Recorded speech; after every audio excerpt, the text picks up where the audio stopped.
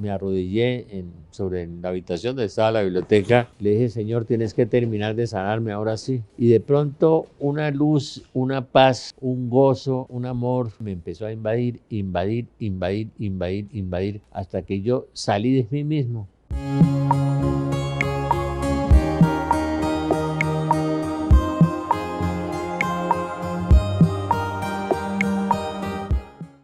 Dice la palabra del Señor en el libro del Apocalipsis, en el capítulo 14, versículo 13.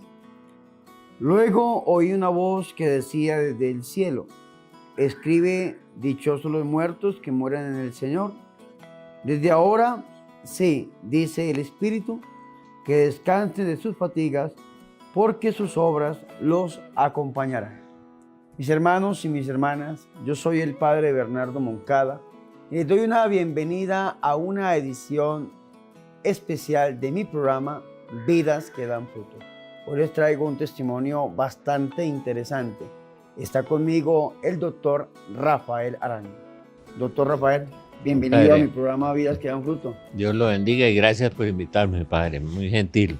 Doctor, Bueno, su vida es todo un legado, su vida es algo muy interesante y yo sé que va a dar muchos frutos en el corazón de todos aquellos que la acojan. Muchas personas también se estarán preguntando en este momento quién es Rafael Arango y por qué lo invita el Padre Bernardo a su programa.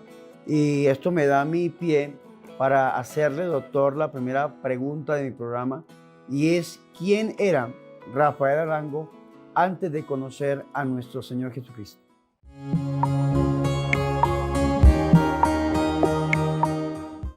Bueno, Padre, yo en los primeros años de mi vida, yo nací en una familia de estrato 6 plus, no más, un poco más, estrato 6 plus fashion, dicen ahora, ¿no? ¿Sí?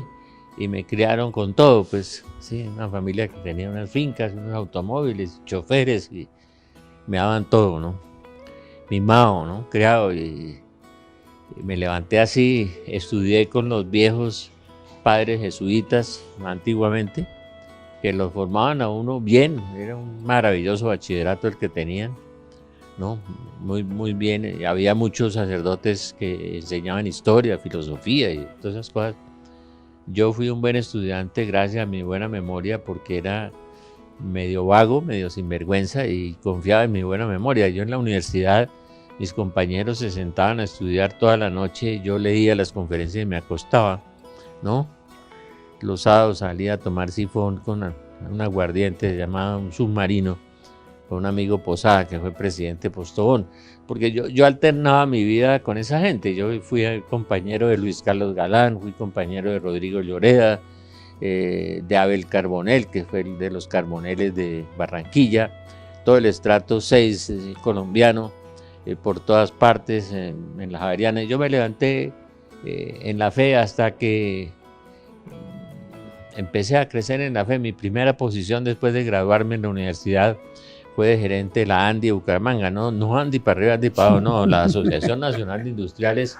A los 30 años yo era gerente de Bucaramanga, ¿no? Y yo he sido muy creativo en ese sentido, dinamicé la ANDI, la volví una cosa muy importante. Fundé un banco, el Banco de los Trabajadores, fundé la Corporación Financiera de Santander. Después el presidente Carlos Lleras, siendo yo muy joven, cuando los jóvenes no le daban cargos altos ni ejecutivos en los gobiernos, me nombró superintendente nacional de precios, ¿no? Era la mascota de los altos funcionarios del gobierno, ¿no? Entonces yo me andaba con ministros como Samper Génico, que era tío de Ernesto Samper. No tenía la culpa, por supuesto, ¿no es cierto? Era además un príncipe, un hombre muy bueno. Y me tuteaba con todo ese tipo de gente, con esas cosas, y el ego se me fue subiendo a un ego navegable. Yo me acuerdo de una frase de Don Quijote que decía de inflar perros. Los perros en el Quijote eran esos bombas que inflaban, ¿no? Que los sacaban del cuerpo de los animales, la vejiga, y le inflaban así de grande, y entonces llamaban a inflar perros. Y el ego se fue subiendo y subiendo y subiendo de una manera impresionante. Y yo fui perdiendo esa fe de la infancia y la fe cucaracha, que digo yo, que es una fe de creer en Dios, pero no creerle a Dios, ¿no? Yo tuve después un gran maestro, usted no se imagina, más adelante le cuento, que fue Monseñor Alfonso Uribe Jaramillo. 6 años trabajé con él. Y él decía que había que creer en Dios, creerle a Dios y obedecer a Dios.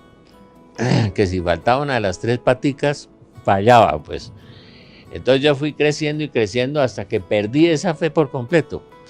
Y llegué a un estado no de gnóstico, sino de agnóstico, que no creía en nada. Puede que Dios existiera, puede que Dios no existiera. Y en el entretanto, cada día fumaba más, ¿no? Y como era un lector ávido, yo no estudiaba mucho, pero sí leía mucho, ¿no? Leía con media botella de whisky y 2 paquetes de cigarrillos, ¿sí? Y después me dio una depresión de esas de libro, de película. Iba donde el psicoanalista, no se lo recomiendo, no sirven para nada, ¿no? ¿Sí? Terminan suicidándose los psicoanalistas. Entonces me puse a leer psicología y leí toda la psicología del mundo. Yo leí a Freud, a Adler, a Jung, a Karen Horney, que era la psiquiatra de Kennedy. Leí un montón de cosas y leí de arte, de filosofía, de teología, de todo, pues, ¿sí? Y compraba libros y libros y el 20% los leía porque, como decía García Márquez, tiene uno la gula de comprar y entonces otros no los leen, ¿no?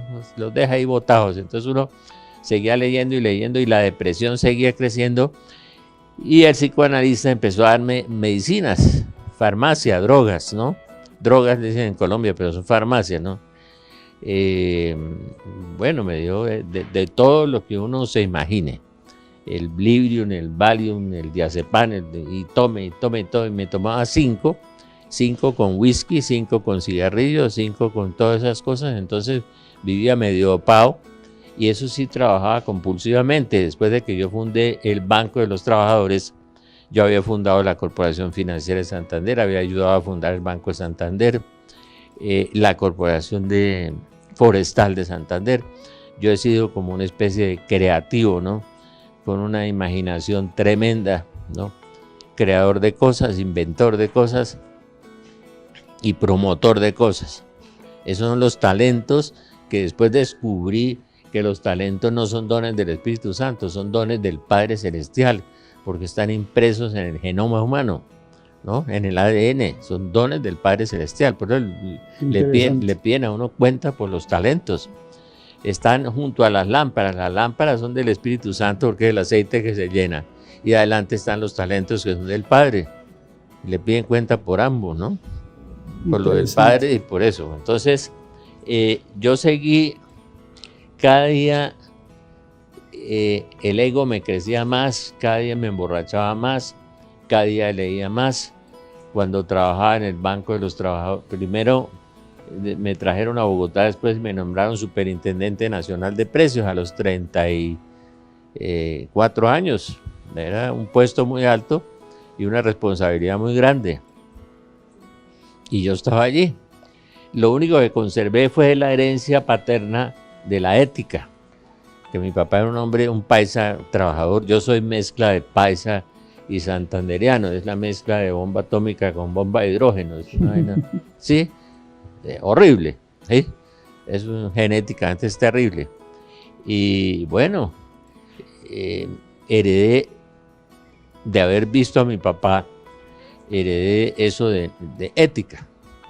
No robaba, no pedía comisiones, no me atenía a lo que ganaba, como decía San Pablo, ¿no es cierto? Sí, claro. Al sueldo, las cosas, ¿sí? Y nunca recibí comisiones ni nada de esas cosas. En la Superintendencia Nacional de Precios se enriqueció mucha gente, ¿no? Era la época en que comenzó de la era post-Rojas Pinilla, donde la gente empezó a recibir regalos. El libro del Eclesiástico dice que el magistrado y el gobernante no debe recibir ningún regalo. Es decir, los sobornos empiezan por los regalitos, ¿sí? O sea, botellita de whisky, los bolígrafos de oro y todo eso empieza.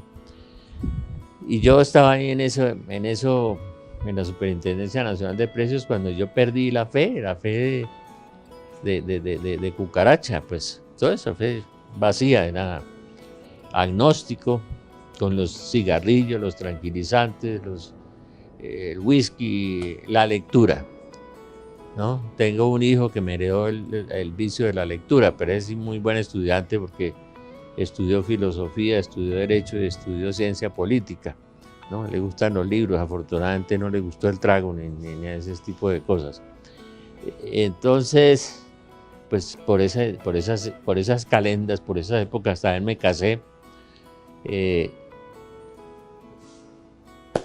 Considero que no fui un buen marido, ¿no es cierto?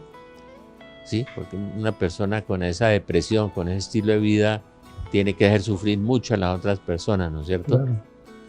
Tremendamente. Y seguía en ese ritmo terrible, frenético. Y para tratar de curarme, pues leía lo que le decía a usted. Yo leía Adler, leía Jung, leía Karen Horney, leí la logoterapia. Hay una psicóloga muy famosa que estuvo en el purgatorio, Sandrita Ortiz, que es muy buena psicóloga. Dice, con el doctor Rafael no hablan de psicología porque él sabe más que nosotros. Entonces, sí, ya con la memoria mía, yo me acordaba de todas las escuelas, el conductismo, el psicoanálisis, todas esas cosas. Entonces, me metía por todo eso, como me metí en los entresijos de la filosofía, ¿no? Que después la única que me ha hipnotizado es Edith Steiner, la que celebramos la fiesta en estos días, que murió en un campo de concentración, Benedetta de la Cruz. No, qué filósofa, qué psicóloga y qué talento, que murió en Auschwitz, en un campo de concentración, una judía que se convirtió. Esa sí es una filosofía que vale la pena leer. La que estudian en los seminarios es bastante basuriega, ¿cierto? Bastante difícil. Sí, San Buenaventura decía que le debían quitar la filosofía a los sacerdotes y enseñarles patrística, decía San Buenaventura, ¿no? Tenía toda la razón. La filosofía es una arquitectura de la mente, ¿no? Va variando, va cambiando. Pero esta mujer, Edith Steiner, sí es algo asombroso. Me ayudó mucho en estos años también, ¿no? Entonces yo seguía con eso en una forma impresionante, y ya cuando salí del gobierno de Carlos Lleras era una situación deplorable, pero seguí trabajando y fundé el famoso Banco de los Trabajadores, que los representantes de los sindicatos, después de conseguirles las acciones y de conseguirles todas las cosas, se lo vendieron a los mafiosos. Es un buen dato, ¿no? Y se lo robaron. Bueno, yo no, yo salí, antes me salí. Todas esas cosas. Tuve la buena influencia ética de mi papá, y más tarde, a posteriori, mucho más adelante, una influencia de mi papá que fue definitiva. Por eso la cita bíblica que usted leyó, 15 días antes de morir mi papá dijo una frase que a mí me estremeció y yo no la entendí, pero me dijo: mi hijo, yo nunca le negué un favor a nadie. Yo dije, ¿cuántas personas pueden decir eso, no es cierto? Sí. Él era un hombre pródigo, generoso, inmensamente generoso. Ganaba mucho dinero como empresario, y ganaba mucho dinero porque tenía unas minas de yeso en Santander. Vendía yeso a los cementeros y de verdad todo lo repartía, todo lo compartía, todo. ¿Sí? Nosotros hubiéramos podido ser una de las familias más ricas de Bucaramanga y fuimos muy bien acomodados, pero no muy ricos. Por eso, porque mi papá repartía todo y compartía todo. Ese ejemplo, muchos años más tarde, el ejemplo de los padres impacta, tarde o temprano llega, ¿no es cierto? Y le enseña a uno eso que la Madre Teresa llama la parábola del compartir, que decía, hay que dar hasta que duela y hasta que no duela, decía la Madre Teresa, ¿no? ¿Sí? Ese coloso que tuvimos, ¿no? Ese Francisco de Asís de la época, ¿no? La Madre Teresa. Pues yo estaba tan enfermo, padre, 5 tranquilizantes, whisky, cigarrillos, bueno, todo eso. Entonces, eso fue terrible, como viene la otra etapa, es la etapa segunda que usted quiere oír, que es la etapa del proceso de la conversión, que es una etapa muy impresionante. Doctor, pero esto me da mi pie para formularle precisamente. Perdón, padre, yo iba camino a ser ministro. Yo era compañero de Luis Carlos Galán, de Rodrigo Lloreda, de todos esos tipos, de Hugo Palacios, que era gerente del Banco de la República y ministro de Hacienda. Yo iba a ser ministro y aspiraba a presidente de la República con Luis Carlos Galán. Yo aspiraba a ese tenor. Pues en medio de mi enfermedad también la paranoia era galopante. Yo podía caminar sobre mi ego, pues, ¿sí? Tenía un ego peor que el de Maradona, padre. Si me lanzaba desde el ego me suicidaba, ¿no es cierto? Entonces, usted me iba a preguntar algo, padre. Precisamente en medio de todo este conflicto y todo este caos de vida, doctor, que estaba viviendo, ¿cómo se encuentra usted con Jesús?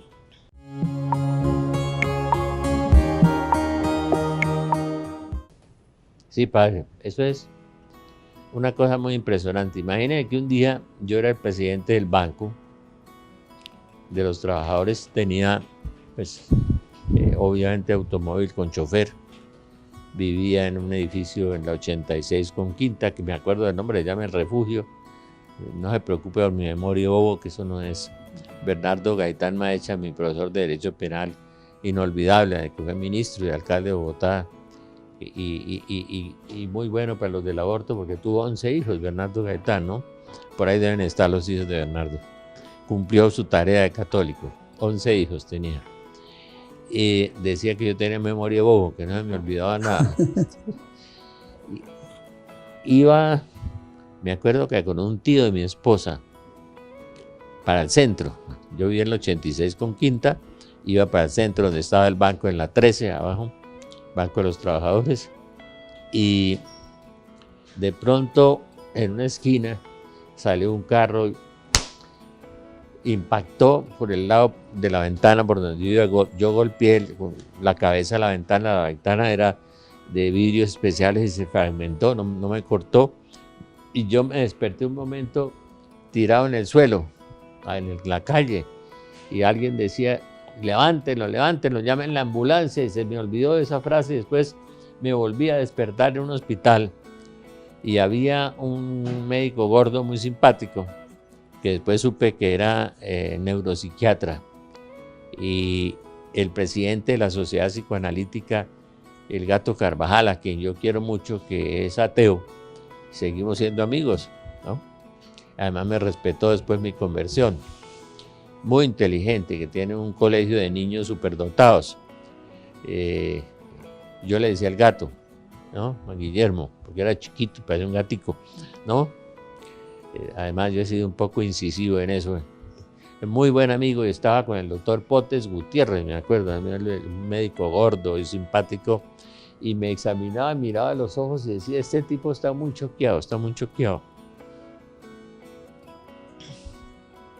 A los 2 días me llevaron a la casa, y yo en la casa quedé con ese trauma del impacto y con esas cosas. Y cuando uno es medio agnóstico, y Dios no, y entonces me llevaron a la casa, y en la casa yo dije, alguien me dijo: oiga, ¿usted por qué no va al minuto de Dios, donde de pronto lo ayudan? Dije: ¿quién me va a ayudar allá? Digo, de pronto. Entonces me fui y me entré a una Eucaristía y estaba celebrando el padre Garcerreros. A la salida, yo era muy conocido porque yo, cuando no salía en la figura del día en El Espectador, o no salía mencionado en El Tiempo, me daba una psicosis terrible, me enfermaba, pues, la paranoia, el ego. Entonces alguien a la salida le dijo: usted es el doctor Arango, padre, mucho gusto, doctor, ¿cómo está? No sé qué. ¿Usted por qué no va al grupo del padre Diego Jaramillo? Yo me fui para el grupo del padre Diego Jaramillo. Y allá todos juiciosos, muy respetuosos, pues el doctor Arango. Entonces yo tenía vestido de paño inglés, todas esas vainas, camisas sobre medidas, corbata italiana, zapatos floor chain, era la moda. Y entonces, no se me olvida, ¿no, padre? Y allá todos muy respetuosos conmigo, ¿no? Y empecé yo a fumar, nadie me dijo nada, nadie fumaba, ¿no? Yo fumaba, pero desesperadamente. Yo tuve POC y el Señor más adelante me sanó el EPOC. El Señor me ha sanado de 15 cosas. Me sanó el EPOC más adelante. Y de pronto alguien me dijo, es que el Señor lo sana. Y, no, ¿ustedes quiénes son? Nosotros somos carismáticos. Y denme un libro. Entonces me dieron un libro de las comunidades carismáticas de un sociólogo belga, el padre Smet, uno de los jesuitas buenos, ¿no? De los viejos jesuitas. Y era sociólogo, que el cardenal de Bélgica lo mandó a estudiar en Estados Unidos los grupos de oración, y él estuvo allá 2 años y regresó hablando en lenguas. Y empezaban a orar ahí en lenguas, en una cosa rara, y yo les dije, ¿eso qué es? No, las lenguas. Dije, muéstrame un libro. Entonces me dieron un libro y hablaron en lenguas. Y me lo leí en una tacada, en una noche, ¿no? Y empecé a mirar la Biblia, a abrir la Biblia y decir, esto como que es verdad, ¿verdad? Esta cosa como que funciona. Y en la otra reunión me dijeron, el Señor lo sana. Dije, muéstrame un libro. Y me dieron un libro emocional Fonsuri, El Señor sana. Y me lo leí. Otro libro. Y era como que me fuera evangelizando, ¿no? A través de los libros ahí. ¿Sí? El Señor sana. Bueno. Y entonces, otro día me dieron otro libro, Monseñor Uri, de sanación de los recuerdos. Y dije, yo esto lo voy a poner en práctica. Compré el cuaderno grande, lapicero, me metí en mi biblioteca, mi esposa se acostó y empecé a orar y le dije, Señor, sáname. Y empecé súbitamente a ver una película. Y empecé a ver mi vida desde los 2 años. Y yo iba tomando notas y como que el Señor iba pasando por cada momento de mi vida, casi más de medio cuaderno llené, con todas las heridas, los golpes en el colegio, los accidentes, un avión que se me iba a caer, un DC-3, un vuelo que hice con mi mamá a Medellín en que el avión parecía una licuadora, ¿no? Esos aviones DC-3 muy buenos, pero eran de motores, y el avión parecía que volaba en licuadora, y entonces me dio terror el avión de ahí en adelante, y empecé a entender por qué, la acrofobia, el avión, todas esas cosas.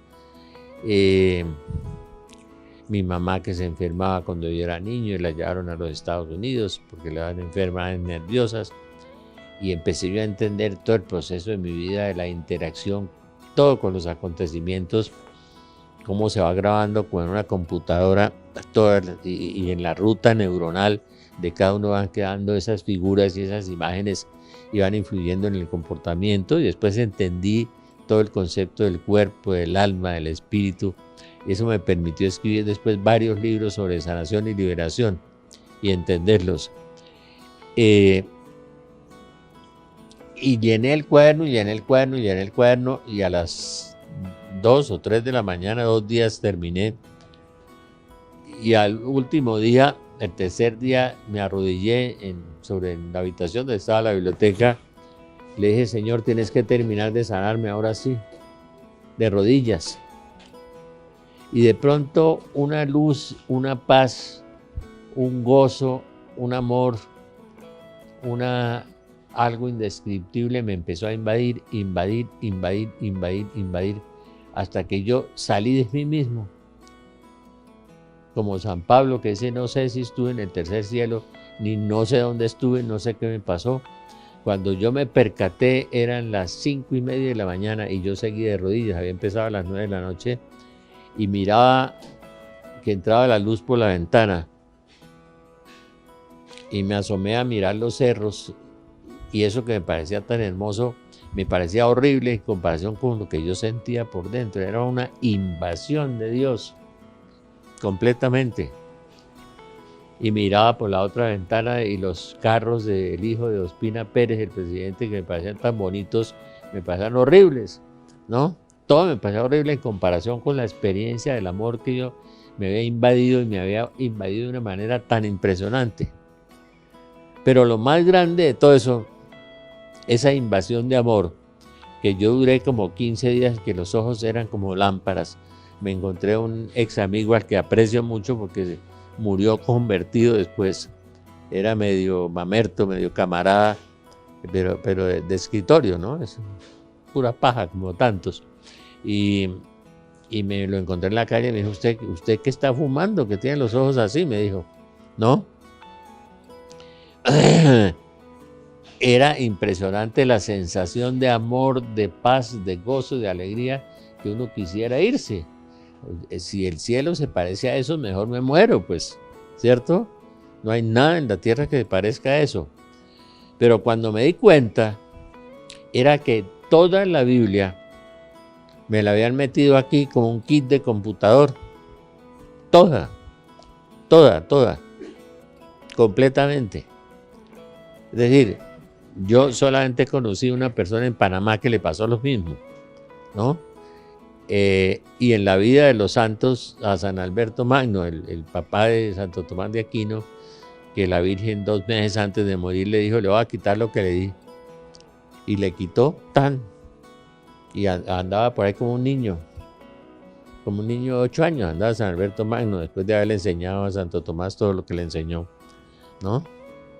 La ciencia infusa, que Santa Teresa de Jesús tuvo tanta, ¿no? Después fue una de mis amigas favoritas, después le contaré por qué, la loca, Teresa la loca, no la otra, la simpática, la niña, no, la loca, yo la llamo Teresa la loca, ¿no? Para aprenderle mucho, hay que aprenderle a Teresa. Y toda la Biblia me quedó ahí, completamente en la cabeza, era impresionante, totalmente. Y se había acabado el cigarrillo, el whisky, los tranquilizantes, la depresión. Cero. Nunca en la vida me volví a tomar un tranquilizante. Nunca me volví a tomar algo para los nervios, para las cosas. Nada. Cero. Quedé completamente curado. Y la depresión realmente es el cáncer del alma, ¿no? Ese es lo de las cosas peores que le puede pasar a una persona en la depresión. Hay que tenerle mucha compasión a las personas deprimidas, ¿no? Tratar de ayudarlos. Hay muchos tipos de depresión. También aprendí que hay una depresión hereditaria, hay una depresión endógena, golpes de la vida. Hay varios tipos de depresión. Después fui aprendiendo muchas cosas y el Señor vino a restaurarme, a recuperarme la psicología que había leído y ya me empezó a servir para ayudar a los demás, pero a mí no me ayudó para nada. El que me ayudó fue Él y me dio toda esa gracia, toda esa luz, toda esa cosa tan impresionante de esa conocer toda la Biblia. Un día me preguntaban, ¿usted dónde estudió la Biblia? Me decía para allá un cura y yo le dije, no me entendió, ¿no? ¿Usted dónde estudió la Biblia? ¿Sí? El padre Diego Jaramillo decía que yo era el laico que mejor conocía la Biblia en Colombia. Puede ser una exageración, pero sí me he defendido muy bien. He dado más de 3.800 conferencias sobre la Biblia, wow, ¿no? He escrito muchos libros, ¿no? De muchos temas diferentes, ya no libros de ciencia política, que fue mi primer libro, el libro del poder político, lo escribí antes de la conversión. Hasta lo olvidé y un día mi hijo me dijo, ay, en la Luis Ángel Arango encontré un libro tuyo que yo no conocía. Le dije, me había olvidado, ¿no? De la ciencia, del poder político, que me ayudó mucho un teólogo a escribir ese libro, que era Romano Guardini, un teólogo alemán bueno, de los viejos teólogos alemanes buenos, a pesar de ser apellido italiano y a pesar de ser alemán, ¿no? Muy buen teólogo. Los libros de Romano Guardini, yo recomiendo mucho un libro de él que se llama El Señor, un libro hermoso, parece como inspirado todo, ¿no? Hermoso. Seguí leyendo y alcancé un don muy especial, que la gente me entrega a mí un libro, yo leo 10 páginas y digo, esto no es de Dios. Y entonces lo cogí, lo botaba y pues, esto no es de Dios. Teología, filosofía, esto no sirve para nada, bótelo allá, ¿sí? Y eso también lo fui recibiendo también, ¿no? Saber qué era de Dios, qué no era de Dios, a través de los libros, de las conferencias. Ayer me dieron una profecía que envió un amigo que yo quiero mucho, que es teólogo, Damián Galerón, vasco.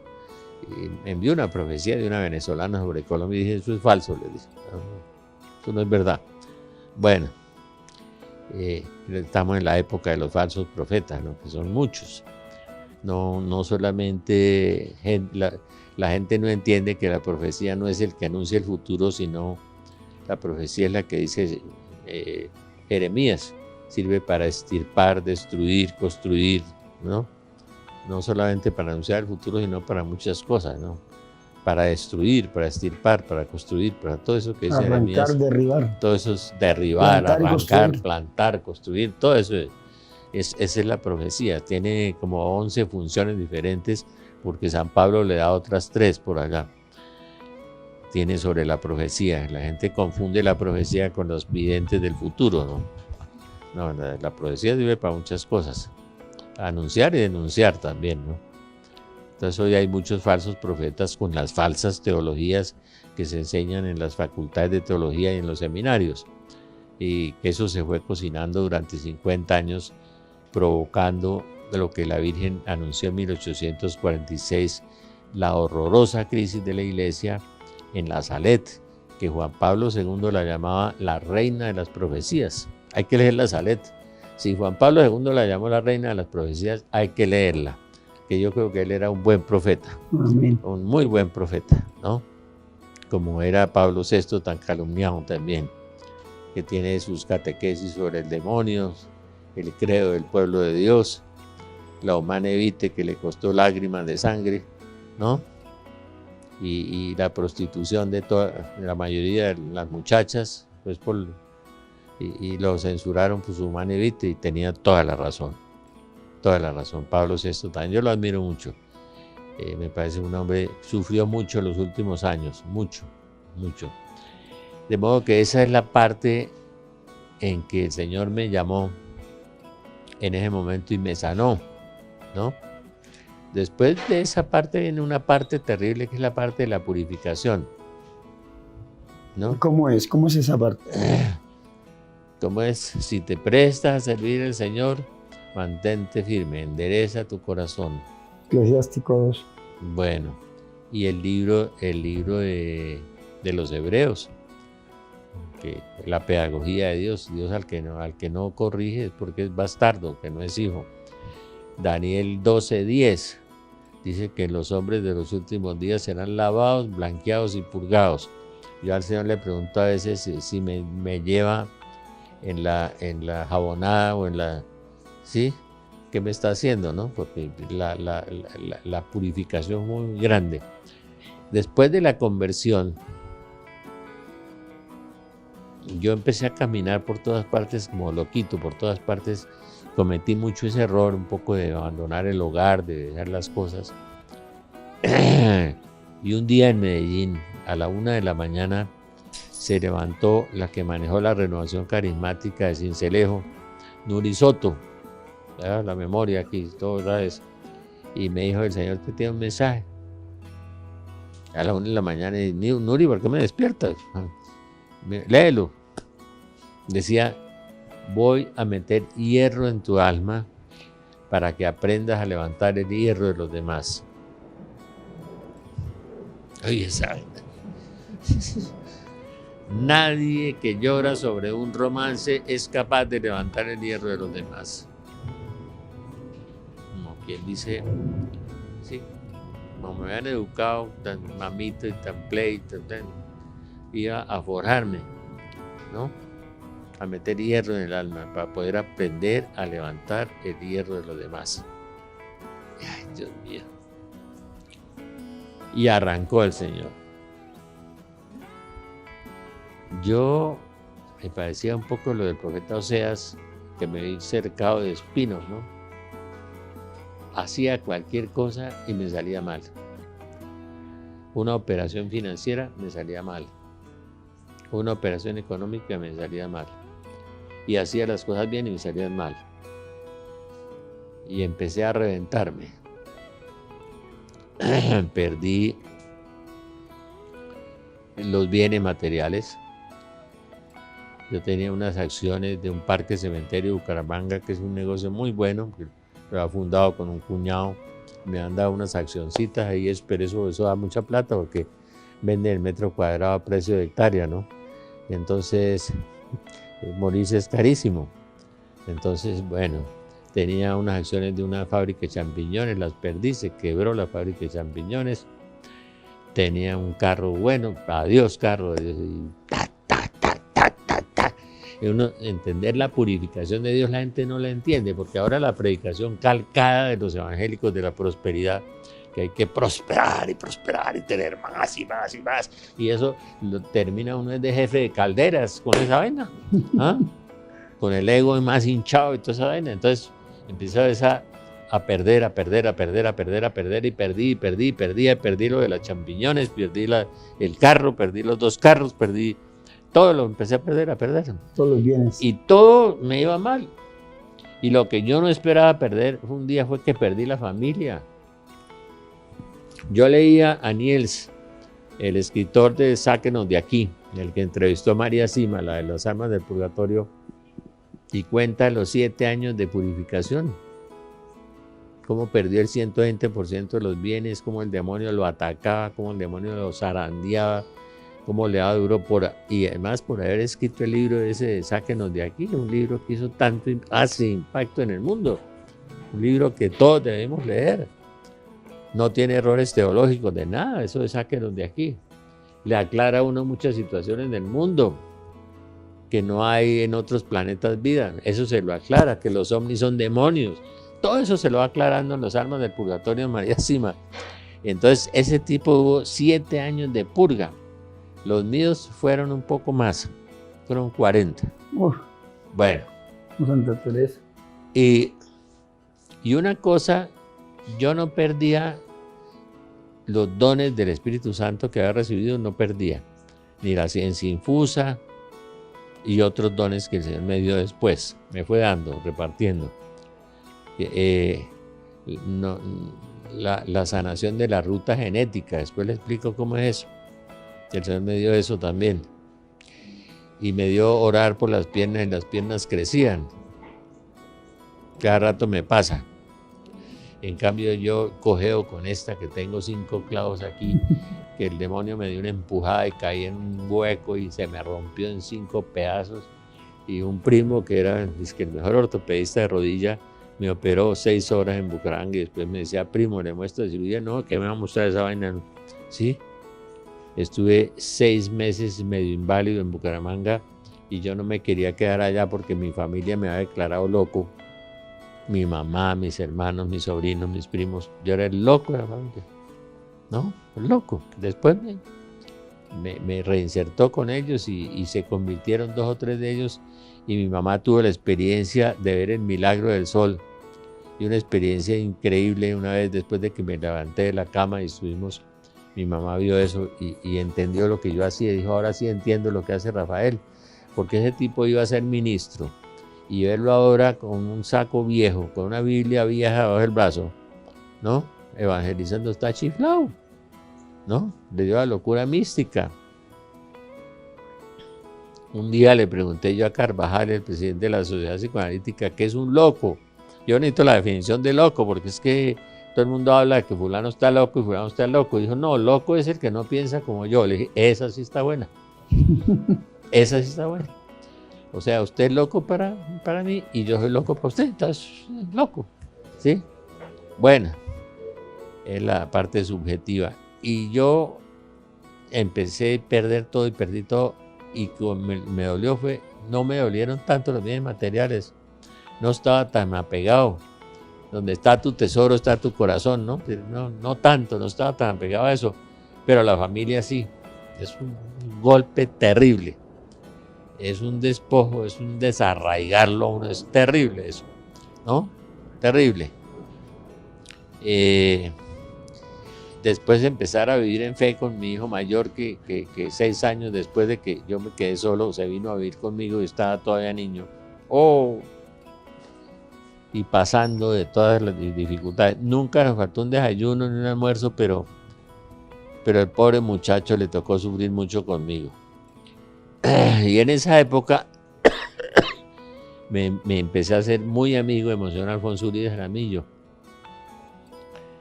Y me fui a vivir a Medellín 6 años con mi hijo, que estaba muy pequeño todavía. Y en Medellín me hicieron un atentado, me hicieron 7 disparos, porque me empezaron a atacar los brujos de Medellín y las brujas. Me hicieron un atentado, pero disparándome, me querían matar, porque yo siempre he denunciado las cosas, ¿no? Sin problemas, sin ambajes, ¿no? Sin nada, todo con claridad he denunciado lo que es malo, malo, y lo que no es. Si usted roba impuestos, eso es robar impuestos y eso es un pecado, y usted está el candidato para jefe de Calderas, ¿sí? Si le está robando a la DIAN, como los 2.500 empresarios colombianos que evadieron impuestos con la famosa bruja de ahora, pues son pecadores los 2.500 y son ladrones y se arrepienten o no se arrepienten. Por eso la Biblia dice, difícilmente el comerciante se libra de pecado, dice la Biblia. La gente no piensa en eso, la gente no piensa en lo material hoy. Hay una profecía que va a encontrar usted ahí de un santo que yo no conocía, San Juan de Jerusalén, que era templario, caballero templario. Dice que en esta época el oro estará en la sangre. Y ahora el oro está en la sangre. Eso va a llevar el mundo al colapso, ¿no es cierto? De una forma terrible. Entonces, yo perdí todo, y perdí todo, y perdí todo. Sin embargo, el Señor me sacaba de una crisis y me metí en otra. Yo tengo 15 cirugías y tenía EPOC. El Señor me sanó del EPOC, milagrosamente, porque el EPOC es incurable. Uno está destinado a chupar oxígeno toda la vida. Los fumadores, el doctor Galat duró esos últimos 4 años con el oxígeno, pues lo llevaba para allá y para acá, ¿no? Porque el único vicio que él tuvo en su vida fue el cigarrillo. Él fue muy buen marido, él no tomaba trago, él fue un hombre fiel y fue un hombre bueno, pero el cigarrillo, el EPOC.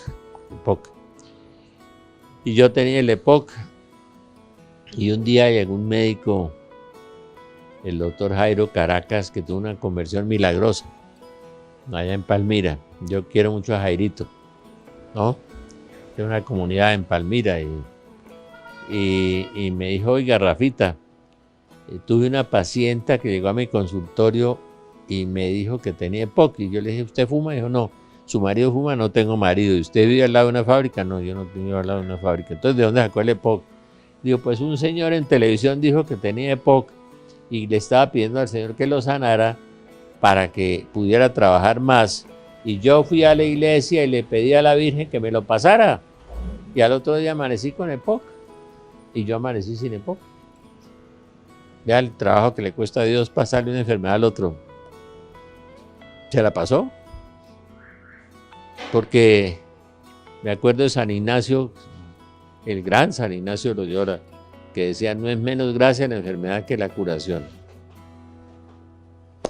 Ahora, nunca se acaban las tentaciones, uno no es santo, nunca se le acaban los pecados, arrecian las tentaciones, en las debilidades el demonio lo golpea a uno más, y entonces viene la invitación a la vida ascética, al esfuerzo, a luchar. Y uno se cae, y no es que uno sea santo. San Pablo dice que cuando uno se cae no mire hacia atrás, sino que mire adelante a la meta, ¿no?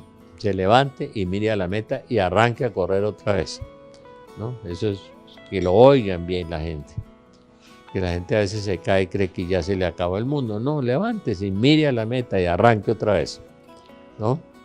Que la santidad se consigue con sufrimiento, pero con mucho sufrimiento, ¿no? No es así de fácil.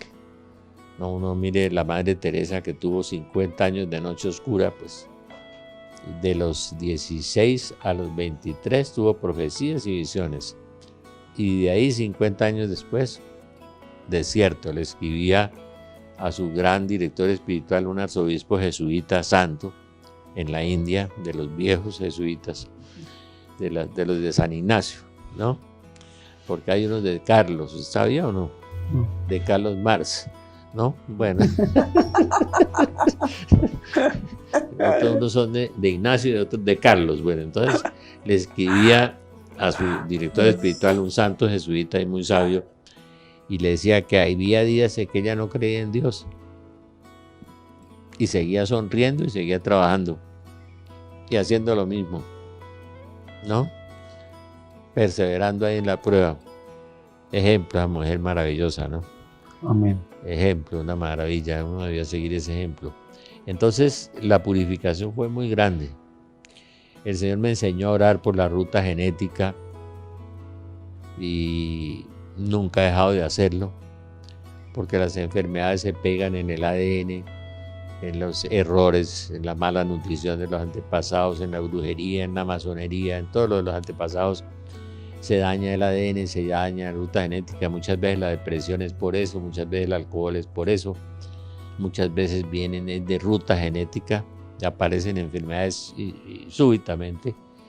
De modo, cuando uno le pide al Padre Celestial, que es el autor de la ruta genética también y de los talentos, porque Él es creador, le pide que sane la ruta genética y la corrija, la corrige. Y yo oro mucho por eso. Y el Señor sana a algunos. Yo le digo que le dé una señal a cada uno, porque eso no duele ni se siente nada. Entonces les da una señal de que se sanaron de eso. Y otra fue que vi una vez un hombre muy bueno. De pronto entre los evangélicos vino un pastor una vez y lo conocí. Era abogado, criminalista y había sido director de una cárcel. Y un hombre noble, buena persona. Y lo vi orando por el crecimiento de las piernas y dije, ¿yo por qué no he orado por eso? Sí, el Señor hace crecer las piernas. Y me decía Jairito Caracas, el médico, que cuando crece una pierna crecen 7 cosas, huesos, músculos, tendones, arterias, venas. Hay 7 cosas que crecen. Y Dios es creador y recreador, ¿no? Crea y se recrea. De modo que aprendí a orar por ruta genética, aprendí a orar por las piernas. Como yo le hago broma al Señor, como decía Marta Robán, que la mística francesa, que el Señor era muy travieso, ¿no? Entonces yo le digo, Señor, ¿por qué me sanan los enfermos y me mantienes a mí tan vaciado? Ajá, ¿cierto? Si a mí antes me daban 2 gripas al año y cada una me duraba 6 meses. Y me ha permitido predicar y vivir en la fe. Yo en Teleamiga nunca me gané un peso, gracias a Dios. Era el único que no tenía salario. Y estuve ahí muchos años, 18 años, y evangelizamos. Hicimos más de 3.000 charlas del Evangelio y otras de sanación interior. Y el Señor me permitió. Uno debe darle las gracias al Señor por permitir servirle. Que eso no le damos las gracias al Señor, ¿no? Amén. Que me permite servirle. Y he seguido cayendo en pecados que a veces, cuando uno está separado, a veces los pecados son unas tentaciones muy duras. Me decía un santo jesuita, que yo los quise mucho, los 5 curas Ramírez, que eran 5 hermanos jesuitas. Qué madre tan afortunada, ¿no? 5 buenos jesuitas. Los antiguos. Sí, uno fue rector de la Javeriana, otro fue físico, otros, todos muy buenos. Este era moralista. Generalmente los jesuitas no estudian moral, porque no lo hacen los redentoristas, pero este era moralista. Y me decía, ustedes los casados separados sufren mucho, me dijo, son mártires. Ay, yo la entendía, y él era muy especial. Murió santamente. El otro era experto en la sábana de Turín, el otro escribió un libro sobre eso también. 5 jesuitas. Y su hermano médico era cardiólogo famoso y me decían que era más santo que los curas. Y dije, no, pues con la oración de los 5 curas tienen que ser santos. ¿Ah? ¿Cierto? El doctor Ramírez, sí. Yo conocí también ese grupo y he tenido ese privilegio que el Señor me ha dado de conocer gente muy buena.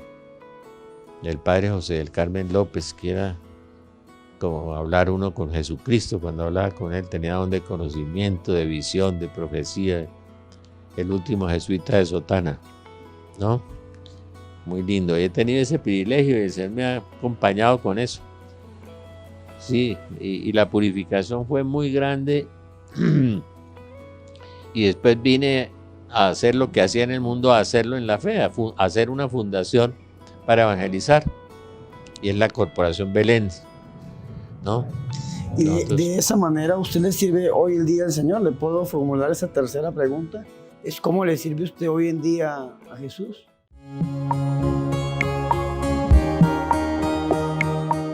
Yo le serví al Señor primero, antes de que existiera Belén. Caminé por todo el país y fuera del país. Estuve en Venezuela, estuve en México, en Estados Unidos, donde me llamaban y me invitaban a dictar conferencias y seminarios, iba yo, mientras tuve un poco de salud, ¿no?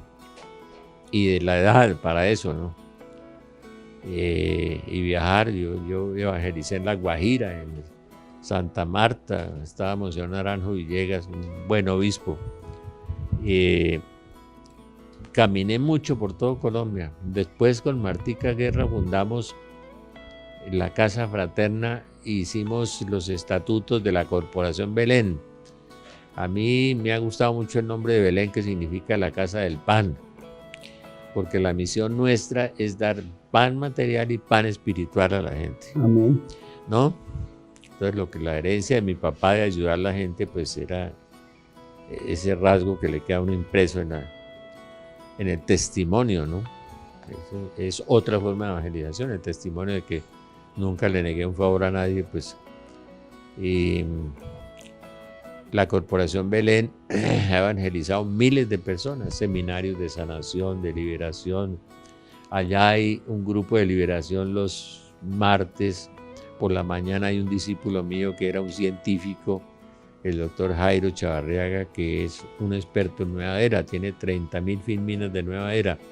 Usted le dice metafísica y él saca, masonería, saca, zen, yoga. Los lunes por la mañana está el doctor Chavarriaga con sus conferencias excelentes. Él fue científico de Cenicafé, un experto en agrología, en suelos, en geología, y ha estudiado la Nueva Era seriamente, como nadie en la iglesia. Tiene los lunes, los martes y los miércoles está una persona que hace oraciones de liberación, los jueves de sanación interior, y sigo dando la clase de Biblia los sábados 3 horas, todos los sábados. La clase de Biblia, 3 horas a los que quieren ir a la Biblia, y hacemos seminarios. Acabamos de hacer el seminario del Padre Celestial, anteriormente el de Pentecostés, aquí en Bogotá, y ahora tengo uno con Mauricio Saeta, un alto ejecutivo empresarial que se convirtió y tiene datos bíblicos muy interesantes sobre los tiempos de Dios. Y seguimos con esa misión de Belén. Le damos pan en una parroquia muy pobre, se llama el Pan Compartido, a 250 personas todos los sábados. Y el cocinero es nuestro revisor fiscal, que cocina muy bien además, ¿no? Además de buen contador, es buen cocinero, ¿sí? Tiene talento para la cocina también. Y la contabilidad, y repartimos mercados también, a veces, que nos han estafado muchas veces, por supuesto. Estamos en Colombia, pues nos tienen que estafar, claro. Y yo a veces me dejo estafar conscientemente, eso también lo aprendí de mi papá, y guardo silencio. Digo, Dios es el que juzgará eso, ¿no? Y soy un experto en algo que la mayoría de los colombianos no conocen, en apariciones marianas. Si usted me pregunta cuántas he leído, le estoy leyendo por última a Medjugorje. He leído más de 50. Hay cerca de 100.000 apariciones de la Virgen en 400 lugares en el mundo. 100.000. Una señal bíblica y una señal de la misericordia de Dios. Esa es la gran evangelizadora, ¿no? La gran evangelizadora. Hace mucho, nosotros hacemos muy poco. Ella hace mucho, sigue haciendo, Fátima sigue haciendo, y fuera de sus profecías, la invitación de ella a la conversión, los milagros, la evangelización, soy experto en eso. Y he escrito muchos libros, pero muchos. ¿Cuántos? Ay, no me pregunte, padre, pero como 45, 46 libros. ¿Y sobre qué temas? He escrito sobre el final de los tiempos, como 4 o 5. De la Virgen he escrito libros muy hermosos. Uno que se llama La historia más bella de la historia, ¿no? Un título bien bonito. Y el otro sobre María Reina. He escrito sobre los novísimos. El Papa Benedicto decía que los curas de hoy les gusta mucho predicar sobre lo penúltimo y no sobre lo último. Una expresión de él, ¿no? Pues muy de él. Y entonces escribí un libro con la experiencia de los santos y los místicos en el purgatorio, en el cielo, en el infierno. Y ese libro tiene 9 ediciones. Y curiosamente, para que lo sepan los sacerdotes, es el libro que más gente ha convertido. La experiencia de la gente en el cielo, en el infierno y en el purgatorio, ¿no? Descubrí cosas maravillosas. Ese libro lo empecé a escribir cuando tenía la patica rota y con un inmovilizador. Y lo he ido completando y ya tiene 9 ediciones. Ese libro ha crecido muchísimo y ha convertido a mucha gente. Médicos. Dicen, no, ¿qué es esa vaina del más allá? Lea ese libro. ¿No? Yo no aprendí a no presionar a la gente ni a darle bibliazos a la gente, sino usar una pedagogía más sabia, ¿no? Ya sé cuál es el que necesita el libro y cuál necesita una palabra, ¿no? O cuál simplemente necesita una sonrisa, ¿no? O que le regale un papelito o le dé un pan. Repartimos pan también allá en Belén. Tenemos un buen panadero, nos manda montones de pan. Repartimos pan también. Y mercados y los libros tenemos librería, una librería allá en Belén, en el barrio San Luis, en Bogotá. Y con la librería se ha hecho mucho bien, mucho bien. No, es bien. Doctor, y si alguna persona quisiera comunicarse con usted, con la Corporación Belén, ¿a través de qué medio lo pueden hacer?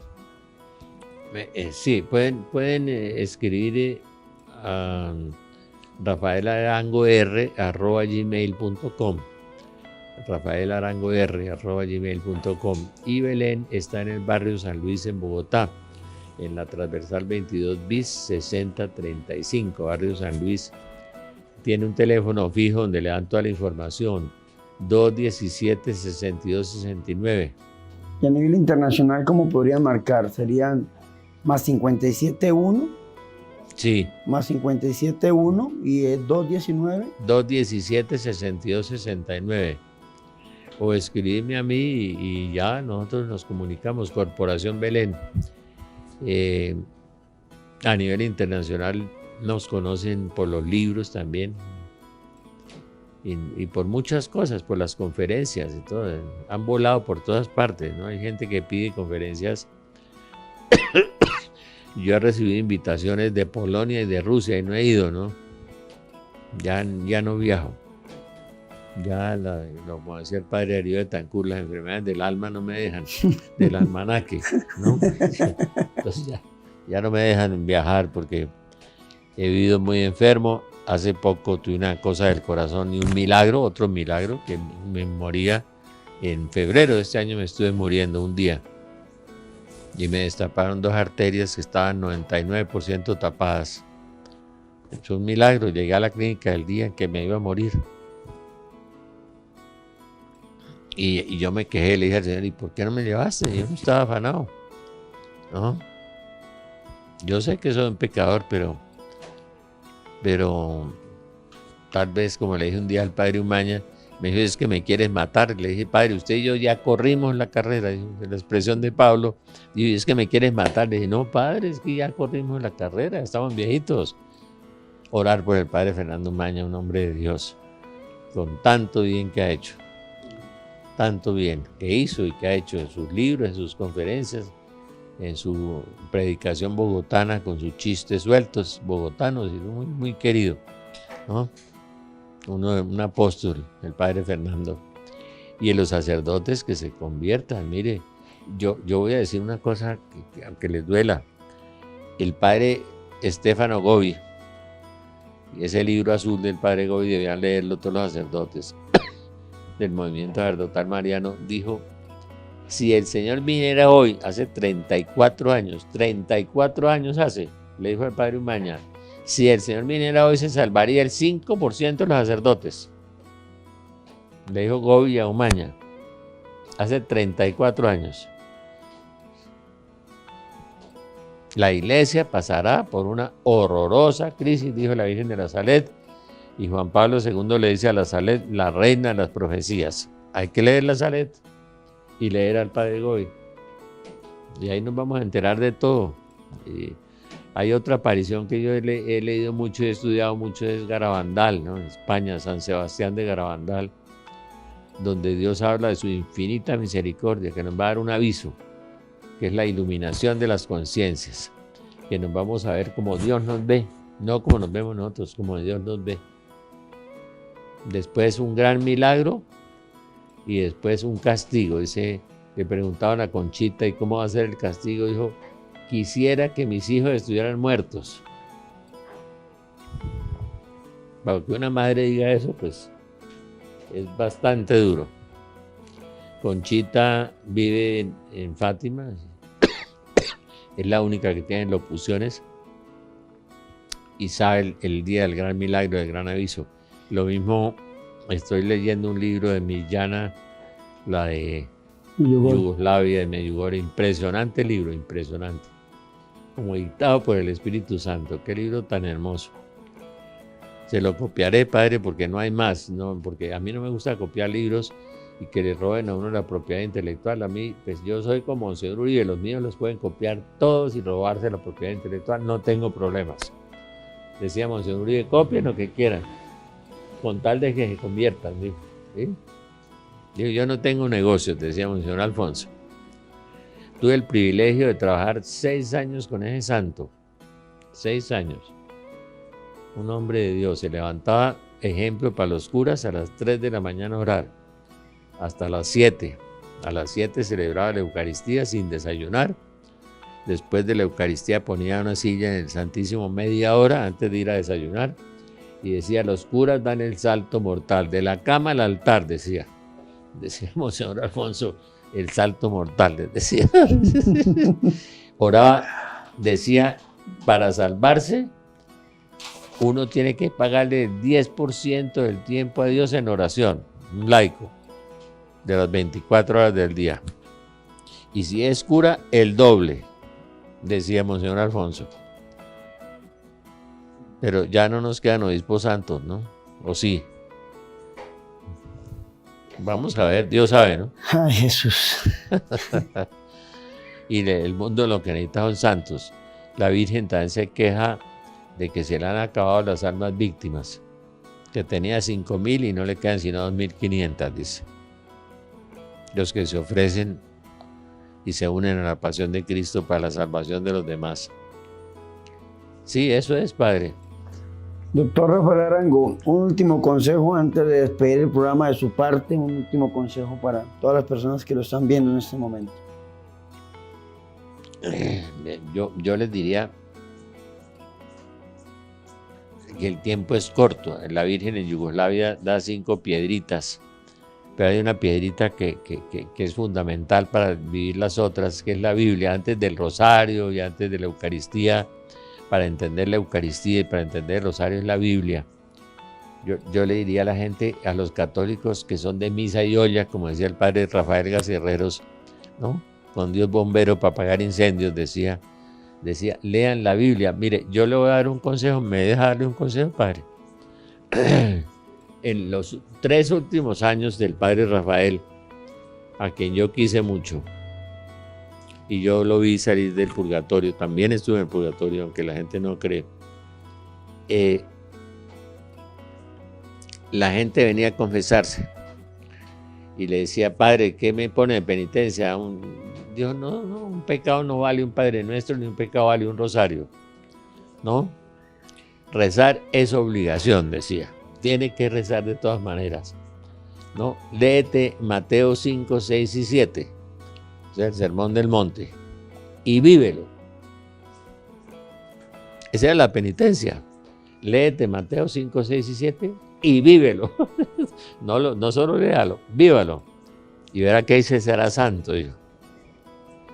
Eso, a partir de ahí uno empieza a entender lo de la Eucaristía. Uno no puede entender la Eucaristía si no lee Juan 6, si no se 1 Corintios 10 y 11. No la puede entender, ¿no? Para podérsela explicar a los evangélicos y todo. Pues ese testimonio del padre Garcilaros me edificó mucho. Lea Mateo 5, 6 y 7 y vívalo. Les dejo ese consejo del padre Rafael. Gracias, doctor Rafael Arango, por sus consejos y por su vida tan ejemplar y testimonio, que muchos corazones sean iluminados en este momento con este testimonio tan hermoso. Pues, doctor, hemos llegado al final de este programa, Vidas que dan fruto. Esperemos que su vida dé mucho fruto en el corazón de todos aquellos que lo escuchen. Yo le agradezco, doctor, por aceptarme la invitación. Dios lo bendiga, padre. Dios le pague. Usted con su presencia. No, y me honra a usted también, padre, que me haya invitado. Yo muy pocas veces había dado el testimonio completo, no me gusta, porque a veces en el testimonio el ego espiritual vuelve y se levanta otra vez. Es muy peligroso. Sigue siendo peligroso lo de Don Quijote, inflar perros, ¿no? Pero bueno, hay que estar dispuesto a dar siempre razón de la esperanza, pero con humildad, dice la Biblia. Esa frase es muy hermosa, es de San Pedro, ¿no? Sí, señor, primera de Pedro 3:15. Bueno, doctor, hemos llegado al final de este programa, Vidas que dan frutos. Yo le agradezco por su testimonio y a todos los hermanos que en este momento nos están viendo. Yo les recuerdo, por favor, suscríbanse a mi canal de YouTube. Estamos camino al 1.000.000 de suscriptores y necesitamos de su ayuda para poder lograrlo. Y a mi canal de YouTube. ¿Cómo lo encuentran, doctor? Rafael Arango R. Rafael Arango R en el canal de YouTube del doctor Rafael Arango. Por favor, también los invito a que se suscriban, a que apoyen esta evangelización 100% católica. Y ahora sí, mis hermanos, yo los invito a que nos preparemos para la santa y verdadera bendición. El Señor esté con ustedes. Con tu espíritu. Y la bendición de Dios Todopoderoso, Padre, Hijo y Espíritu Santo, descienda sobre ustedes y permanezca para siempre. Nos vemos en una próxima edición de este tu programa, Vidas que dan frutos.